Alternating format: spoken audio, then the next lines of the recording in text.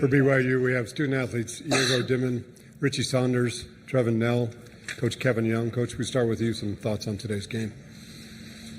Man, just what an unbelievable basketball game. Two hungry teams. Obviously there was a decent amount of talk of how prolific both of our offenses were, and that second half was on full display for both teams. So just an unbelievable game. Glad that we were on the winning side of it. Just super proud of our guys' resiliency. We just found a way. Even we feel like we couldn't stop them at all in the second half. And we just, in that last timeout, man, we just looked at each other in the eye and said, all we got to do is get one stop. That's it.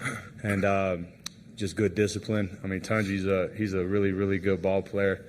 Had a remarkable game, but our guys just found a way, man. All these guys made huge plays, and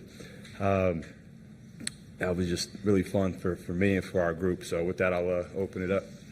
Take questions for the student athletes first.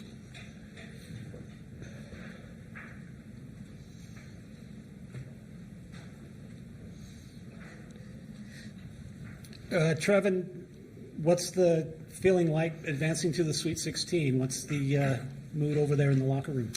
It's a lot of Pump It Up songs. But no, I'm super proud of our team. The coaches gave us a game plan. I feel like we executed it. And again, the route it took to get us here, and just the energy in the locker room, the energy on the bench, the energy in the stadium. Shout out to Cougar Nation. But again, this was super remarkable and just something that I'll remember forever. And so it was a big time win and a big time energy in the locker room. Over here. Oh, I thought you had it. I'm sorry. Richie, how does this feel? Your freshman year you had some really bad losses, but now you're a junior leading this team to the Sweet 16. Yeah, I mean, words really can't describe it. You know what I'm saying? I feel like I've loved playing with this group.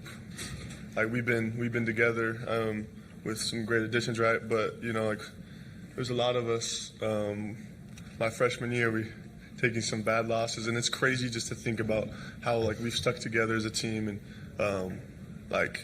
we haven't we just chose to keep moving forward, and to see where we are, and the opportunities ahead it's amazing. We're here. Mike Kelly with the Associated Press. For any of you, could you take us through those last minutes? You guys had the big lead and they made that last surge. Was it just chaotic, or what was going on? I mean, yeah, Wisconsin's a really high caliber offensive team, but something that Coach Young said, he brought us all in the huddle, looked us all in the eye and said, we went through this at Arizona. We went through this at Iowa State, and he just said, I believe in this, I believe in you guys, and let's go out there and get a stop. And so when we have a belief like that, it really shows out on the court, and I feel like our chemistry, the belief, the faith that these guys have is something that really stands out, and I think that's what propels us in close games like this. Other questions? Jaeger, obviously you weren't on Tanjay the whole time, but what was so hard why was he so hard to stop for you guys? Can you repeat, please? Why was it so hard to stop Tanjay? Yeah, Tanjay, number 9. Yeah, I mean, he's an amazing player. I think this is, first of all, why it was really hard to stop him, and he was really finding the way how to score, even if we are staying in front or we are not jumping his pump fakes. He got on the free throw line a lot of times. I'm not sure how many exactly, but yeah, a lot. So I don't know how much was that about our discipline not fouling him, or how much was it about his skills or whatever it is. He's a good player. I mean, there's nothing much to say about it. Anything else for our student athletes? Okay, we'll dismiss them at this time. Thank you, guys. Good job, guys.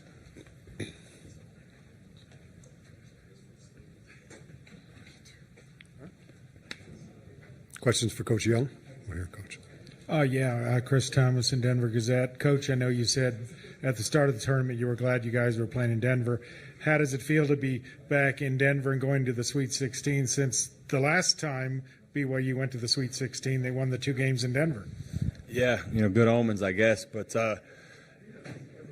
personally, like I've had good memories in this building, and so this is by far the best one, man. Just the energy in the building was you can't describe it.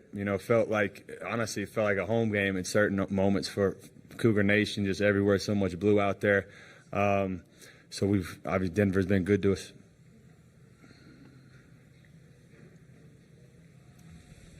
Back there, Coach. Kevin, you were totally control of the game. I think